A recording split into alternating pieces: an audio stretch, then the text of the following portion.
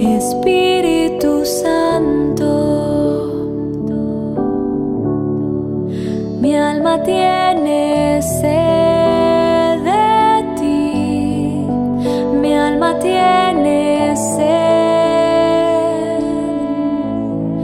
Espíritu de Dios, Espíritu Santo, Espíritu de Dios, Espíritu Santo.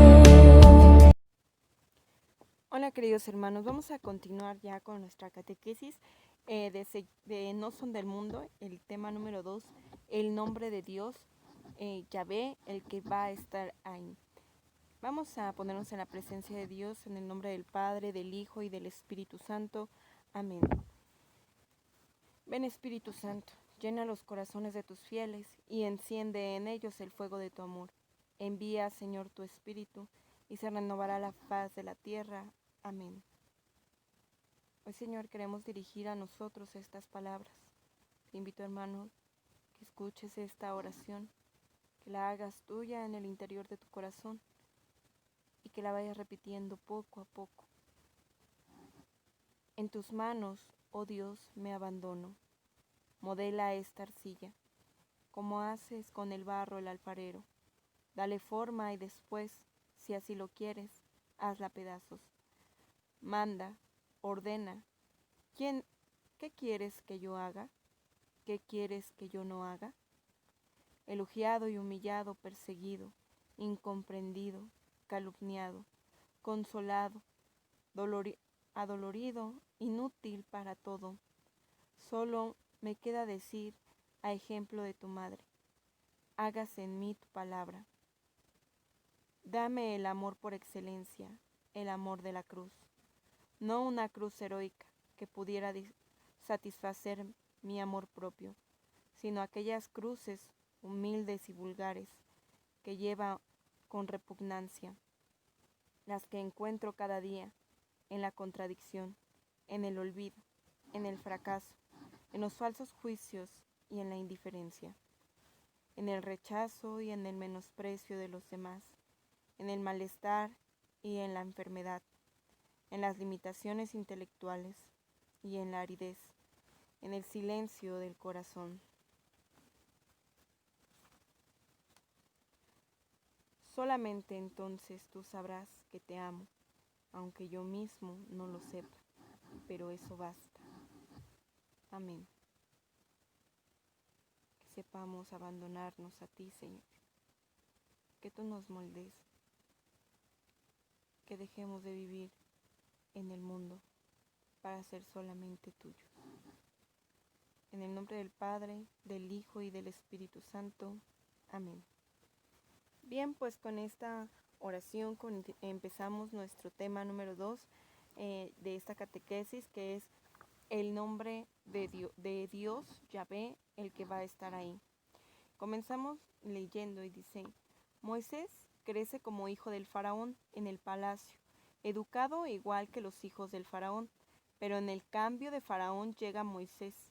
Ya no tiene aceptación y por defender a sus hermanos judíos, mata a un egipcio. 2 judíos se estaban peleando y los separó. Con esto temió y se va al desierto. Anda de pastor en el desierto y Dios se le manifiesta en la zarza. Esto lo podemos encontrar en el libro del Éxodo, en el capítulo 3, en el versículo 2, con lo que le llama su atención. Moisés ve la zarza ardiendo y se acerca, pero al ver la zarza que no se consume, lo asombra más. Y entonces Dios se manifiesta: Yo soy el Dios de Abraham, el Dios de Isaac y de Jacob, o sea, el Dios vivo, el Dios único, el Dios de los patriarcas. Dios siempre se presenta como el Dios de Abraham, de Isaac y de Jacob. Ese Dios que te eligió como pueblo desde Abraham, ese mismo que interviene ahora. Bien, pues ya en el tema anterior sobre todo, hablábamos un poco de la historia de Moisés, de este gran libertador. Y hablábamos, decíamos, incluso desde la historia de la salvación, el cómo se va manifestando Dios en ese pueblo y lo va preparando precisamente para, para este momento. Incluso permite que le suceda todo esto a Moisés pues para formarlo como un verdadero libertador. Entonces, desde el primer momento, en el instante en el que desde bebé, desde pequeño, eh, pues va a caer en las manos del faraón o bueno, de la hija del faraón en el palacio por ser salvado, o sea, ya estaba siendo una manifestación de Dios, porque al final la hija del faraón sabía que era un niño judío y sin embargo pudiendo pues mandarlo a matar como había sido el mandato, pues no lo hizo, se quedó con él, lo educó con con la nodriza que al final era la mamá de Moisés, vivió bajo todos estos preceptos, bajo esta educación, pero pues él se sabía no, no bien recibido ahí. Entonces las cosas cambiaron cuando pues el faraón que lo acogió, la familia que lo acogió, pues ya obviamente pasaron las generaciones y él también se daba cuenta que no era lo que quería. Sin embargo, hay una experiencia que marca el antes y el después de Moisés. Después de que Moisés sale huyendo de Egipto por haber defendido a los israelitas que estaban siendo maltratados por los egipcios, pues él no solamente dice, pues ya los defendí, que para colmo pues ni siquiera se lo agradecieron, ¿no? Cualquier parecido con la realidad pues es mera coincidencia en cuanto a la historia de Moisés, ¿no? Los defiende, no se lo agradecen por el miedo a que lo culparan y todo, sale huyendo de Egipto, termina siendo un pastor en Madián y ahí vive muy tranquilo, ¿no? O sea, realmente él no pedía otra cosa, pero viene Dios e irrumpe en la historia de su vida y entonces se presenta Dios ante él para manifestar esta historia o más bien este plan que tenía para liberar a su pueblo y que del que cual Moisés era una pieza muy importante. Y entonces se presenta Dios con su tarjeta de presentación, el Dios de Abraham, el Dios de Isaac, el Dios de Jacob. O sea, le recuerda a Moisés la historia de la que él mismo venía huyendo, ¿sí? Esa historia que es parte de su propia vida, el ser israelita. Y entonces, pues, es el Dios de los patriarcas, el Dios de sus primeros padres, el Dios del pueblo que lo formó. Entonces, dice, Dios siempre se presenta como Dios de Abraham, de Isaac y de Jacob. ¿Por qué? Pues porque eligió un pueblo desde Abraham. La promesa se empieza a gestar desde Abraham muchísimos años antes. Sin embargo, a veces no comprendemos que los planes de Dios no son a nuestro tiempo, siempre son en el tiempo que Él lo predestina. Entonces, fue formando esa promesa de salvación, de libertad del hombre, incluso desde la creación con Adán y Eva. Sin embargo, va buscando el momento perfecto, las personas perfectas, lo que necesita para que este plan sea tal cual Dios quiere para el mejor bien del hombre. Entonces, empieza diciendo esa promesa que se gestó en Abraham y continúa con Isaac, con Jacob y de ahí hasta ahora, hasta Moisés. Dice, de esta manera Dios le dice a Moisés, te mando a liberar a mi pueblo, porque la esclavitud, la servidumbre contra mi pueblo ya es escandalosa. Y Moisés le pide una señal de prueba, una credencial para presentarse como liberador de parte de Dios.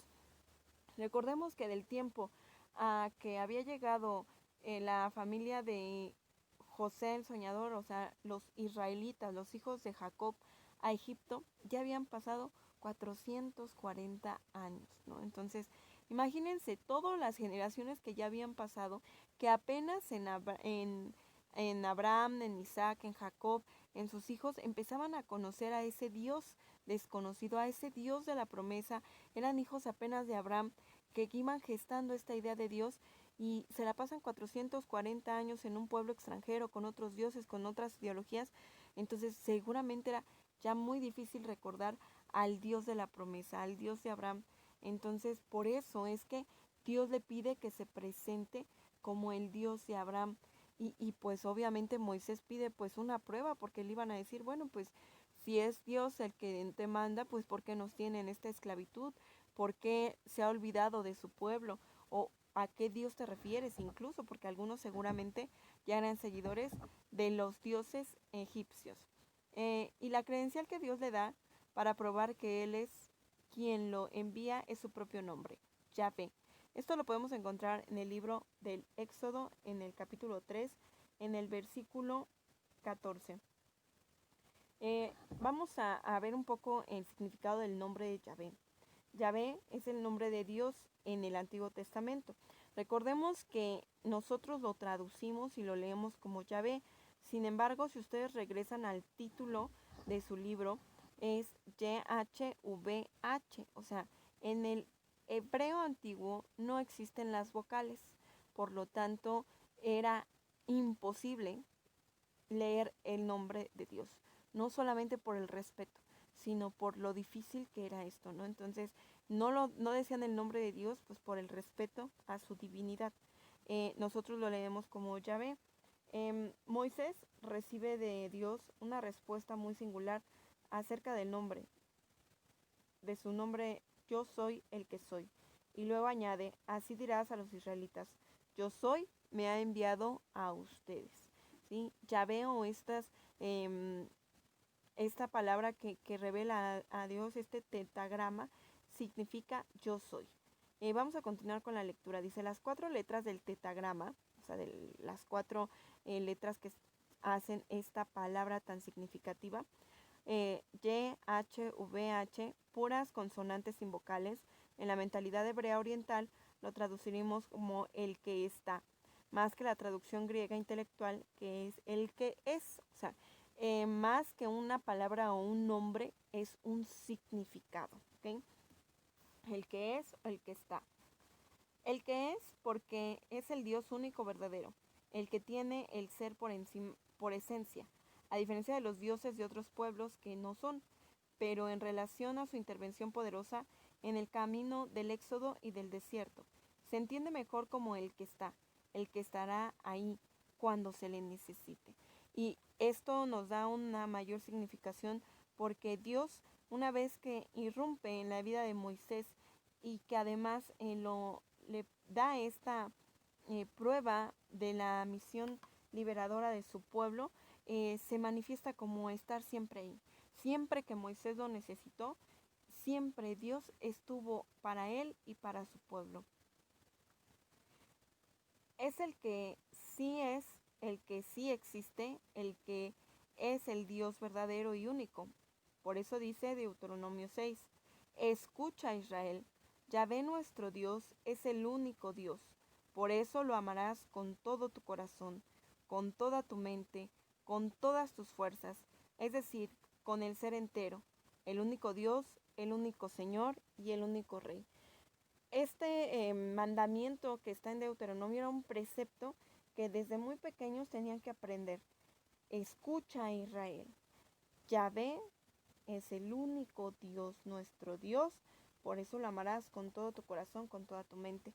Y también lo encontramos, pues, este precepto dentro de los primeros mandamientos de la ley de Dios. Amarás a Dios sobre todas las cosas, porque amando a Dios sobre todas las cosas, pues entonces todo lo demás será cumplido con mayor facilidad. La respuesta viene del verbo hebreo, o sea, esta yo soy el que soy o yo soy, viene de un verbo hebreo que es hawa, que significa ser, ¿sí? Se escribe H-A-W-A-H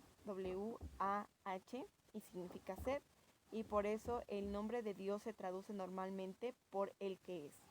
El que es actuante, es decir, el que está ahí a nuestro lado, el que camina con nosotros como compañeros, el que está junto a su pueblo. El tetagrama sagrado en griego, estas 4 letras, proviene del nombre de Yahvé y se traduce como Yahvé, ¿sí? Así como lo estamos leyendo. Jehová es la forma incorrecta de llamar a Dios. Esta palabra proviene de la mezcla híbrida de las consonantes del tetagrama sagrado con las vocales de Adonai y que realmente carece de significado propio. Adonai pues es el nombre que se le daba a Dios y significa pues Señor, como el Altísimo, así es un sustantivo que se le da para describir a Dios. Sin embargo, no es un nombre tampoco correcto, es una manera en la que el pueblo de Israel se refería a Dios y que realmente carece de significado propio. Es importante subrayar que los libros del Antiguo Testamento, escritos en hebreo, fueron redactados sin vocales, únicamente se usaron consonantes, y que siglos después los masoretas, rabinos que buscaban conservar la tradición, inventaron un sistema de vocales que consistía en rayas y puntos colocados arriba y abajo de las consonantes. Esto pues para una mejor traducción y para poder conservar los escritos, porque poco a poco pues obviamente se iba perdiendo un poco esta tradición de este idioma y además un poquito difícil, ¿no? Entonces, bueno, continuamos con nuestro libro.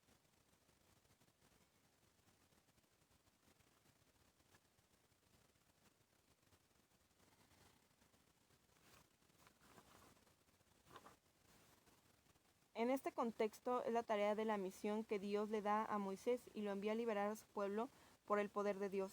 Las plagas de Egipto, la salida, la intervención del poder de Dios en el Mar Rojo. Esto lo leemos en Éxodo 4:14. Es impresionante cómo Dios se manifestó no solamente a su pueblo, sino al pueblo de Israel, al pueblo de Egipto, con grandes proezas y ni así lograba Moisés hacer que el corazón del faraón se doblara, se doblegara.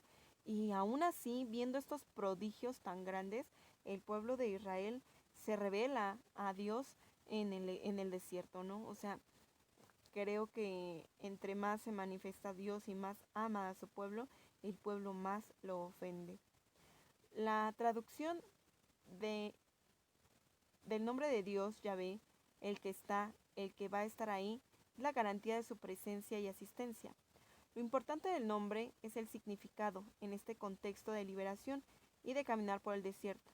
Yo voy a estar ahí, yo voy a liberarte de la opresión de Egipto, yo te acompañaré con mi poder, yo voy a purificarte en el desierto, por mi poder vas a entrar a la tierra. O sea, Dios estaba dando una garantía a su pueblo a través de esta liberación. O sea, esa garantía, esa palabra de yo voy a estar ahí, yo estaré contigo todo momento. Y si ustedes lo recuerdan, en el Nuevo Testamento, en varias ocasiones, Jesús también se revela y se manifiesta como Dios cuando habla de yo soy el camino, yo soy la puerta, yo soy el buen pastor, yo soy, o sea, volvía a usar este nombre tan importante, este concepto tan importante de Dios. Cuando entres a la tierra de Yahvé, tu Dios, te va a dar, y ahí hay tribus. Cuando yo te las entregue, tú las derrotarás y las consagrarás a la anatema. ¿Qué significa la palabra anatema? Anatema significa para expulsar de la comunidad. La sinagoga del judaísmo tardío empleaba la fórmula de maldición que también se utiliza bueno, más bien, la palabra anatema es una maldición.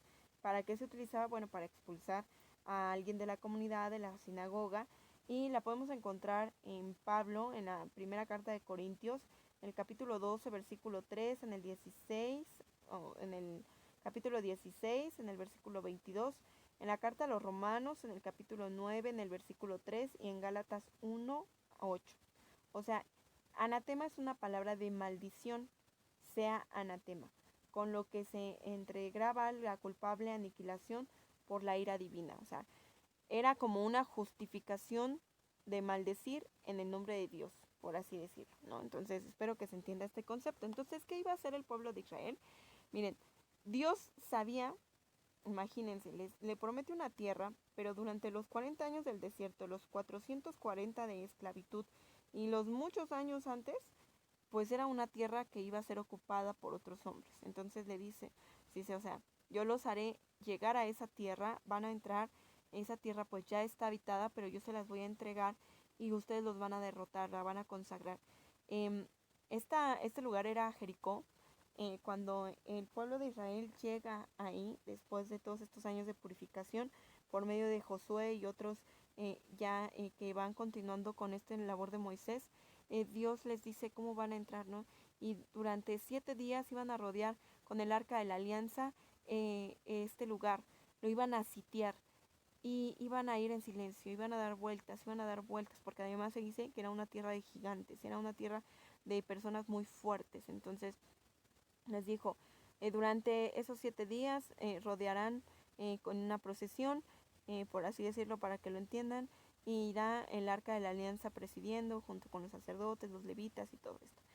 El último día, el 7º día, sonarán el shofar, que son las trompetas como cuernos, harán sonar el shofar para que los muros caigan y entonces entrarán a la ciudad y vencerán a los que viven ahí. Entonces Dios estaba ahí manifestándose también y acompañando a su pueblo a conquistar esta tierra que ya les había sido prometida.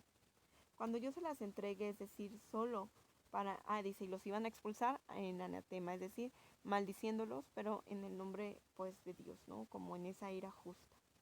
Cuando yo les entregue, es decir, solo por mi poder, no por el tuyo ni por la habilidad de capacidad.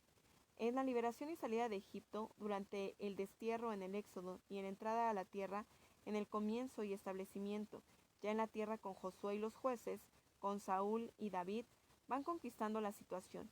Es el poder de Dios. Dios cumple tu palabra.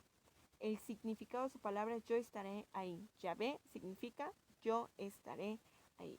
O sea, en este pequeño párrafo leemos toda una historia, una gran parte de la historia de la salvación, empezando con Moisés, continuando con Josué, que fue quien lo apoyó y fue su sucesor, pero también ya después pasamos a los jueces, a los reyes y a los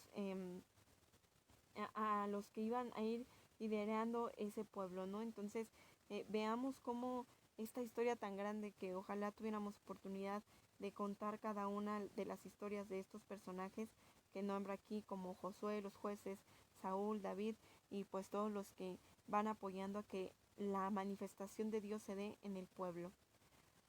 Al final, ellos son actores principales de esa historia, pero el principal y el que les da esa autoridad y ese poder es Dios.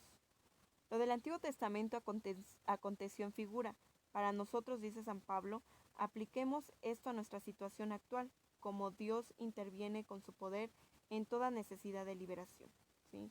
O sea, Dios siempre interviene en la liberación de su pueblo y de cada uno de nosotros, no solo del pueblo de Israel, sino hasta nuestros tiempos. Yahvé Dios es el que siempre está ahí, el que siempre cumple y el que es fiel a su alianza. Consecuencia lógica para nosotros es nuestra actitud y respuesta. No es otra sino la virtud teologal de la esperanza, que tiene como fundamento solo el poder de Dios. Nuestra confianza es solo en Él, porque es eterno su amor, porque su fidelidad dura por siempre. O sea, una característica de Dios. Y para esto les voy a pedir que estudien en uno de sus libros pasados, la catequesis de seguimiento de Jesús, en los primeros bloques habla de la fidelidad de Dios, ¿no? Entonces, estudiense esos primeros temas de esa catequesis. El libro es de color naranja, lo deben de tener. Hace un par de libros que lo terminaron. Es bien importante que ustedes también, pues, continúen con esta formación. Y de ahí, pues, lean esto del amor eterno, de su fidelidad, que son características principales de Dios. Dios sí es siempre fiel y siempre es misericordioso. Y el amor de Dios dice que es amor compasivo y misericordioso.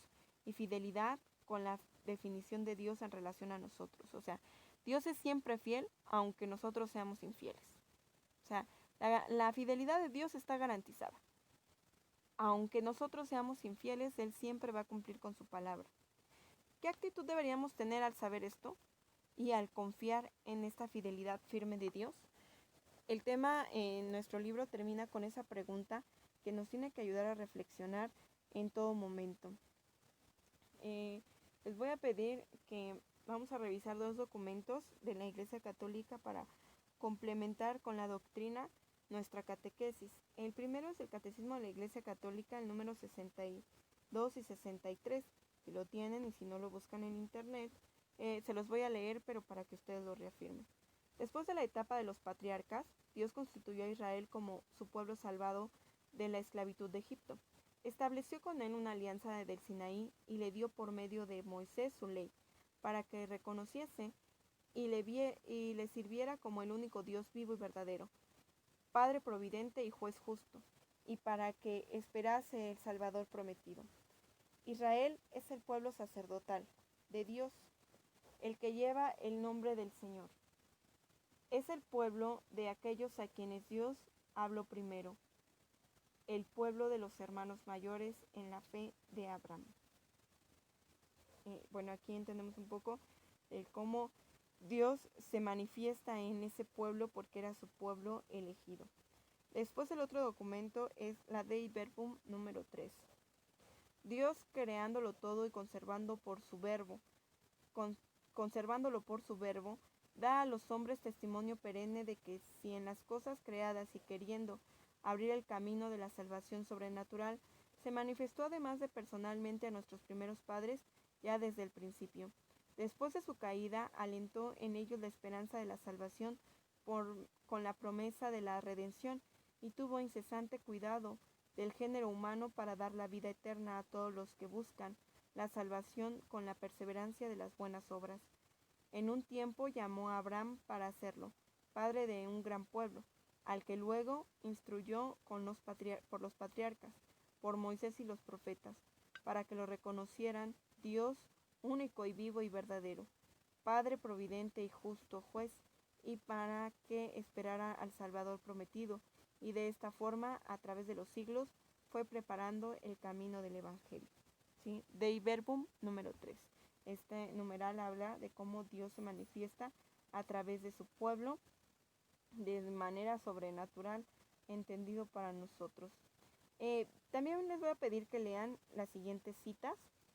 Éxodo 3 del 1 al 15, Deuteronomio 6 del 1 al 9, Deuteronomio 6 del 10 al 25, Mateo 22 del 32 al 40 y Filipenses 2 del 1 al 11. ¿Okay? Se las repito. Éxodo 3 del 1 al 15, Deuteronomio 6 del 1 al 9, Deuteronomio 6 del 10 al 25, Mateo 22 del 32 al 40 y Filipenses 2 del 1 al 11. Y 3 preguntas muy sencillas que van a reflexionar de este tema. Según la catequesis, ¿cuál es y qué significado tiene el nombre de Dios? Se las repito. Según la catequesis, ¿cuál es y qué significado tiene el nombre de Dios? Siguiente pregunta. ¿Y para nosotros en comunidad, tiene el mismo significado? ¿Y para nosotros en comunidad tiene el mismo significado? Explique. Y última pregunta. ¿Qué características específicas tiene la fidelidad de Dios? ¿Sí? Para esto, bueno, pues ya vieron el tema y además les dije que lo revisaran también en su catequesis de seguimiento de Jesús. Bien, pues con esto terminamos nuestro tema número 2 de la catequesis No Son del Mundo. Pongámonos en la presencia de Dios pidiéndole que sea Él quien nos ilumine y quien nos guíe. En el nombre del Padre, del Hijo y del Espíritu Santo. Amén. Dios Padre Todopoderoso, te pedimos que manifiestes en nosotros, en nuestra vida, también tu presencia y tu amor fiel y misericordioso, que a través de Jesucristo se ha manifestado en cada uno de nosotros y que se sigue manifestando en cada momento de nuestra historia, que podamos ser testigos de Cristo en nuestra vida y sobre todo llevarlo a los que más lo necesitan. Gracias por todo lo que nos das y sobre todo por aquello que no nos das, porque eso nos ayuda a formarnos como verdaderos libertadores. Mamita María, te pedimos que intercedas por nosotros para que la luz del Espíritu Santo sea también la que nos guíe y siempre sepamos ser y decir sí como lo hiciste tú. En el nombre del Padre, del Hijo y del Espíritu Santo. Amén. Santa María de la Palabra, ruega por esta iglesia evangelizada y evangelizadora.